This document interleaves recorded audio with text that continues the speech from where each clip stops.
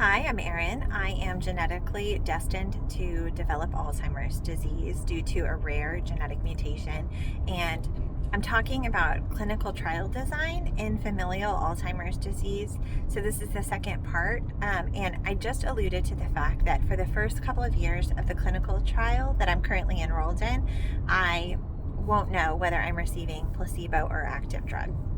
But at some point, assuming that the trial moves forward and drug development on this particular drug continues, that will change. And it'll change in one of two ways. One of the ways it might change is when we enter into what's called the open label phase, the open label extension. At that point, only genetic mutation carriers move forward in the study, and everybody is receiving active drug knowingly. So people that don't want to find out their genetic status will drop out at that point. You have to learn your genetic status in order to continue into the open label extension. So that's one way that a person who starts on placebo might switch to active drug.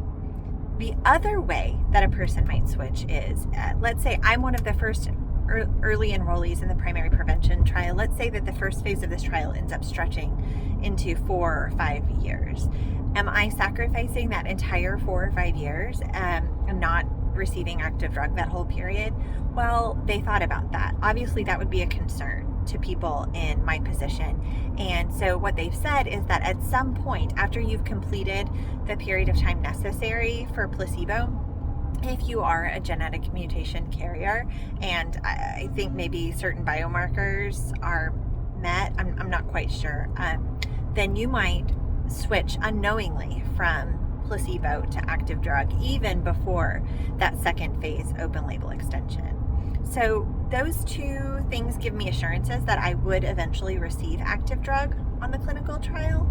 However, it would very much be my preference to know that I was receiving active drug from the beginning. I'm hopeful, and we don't know that this is going to work, but I so wish that I knew that the dose I'd received Monday was active drug. And so that's a little bit about how it works, and I hope you find it interesting.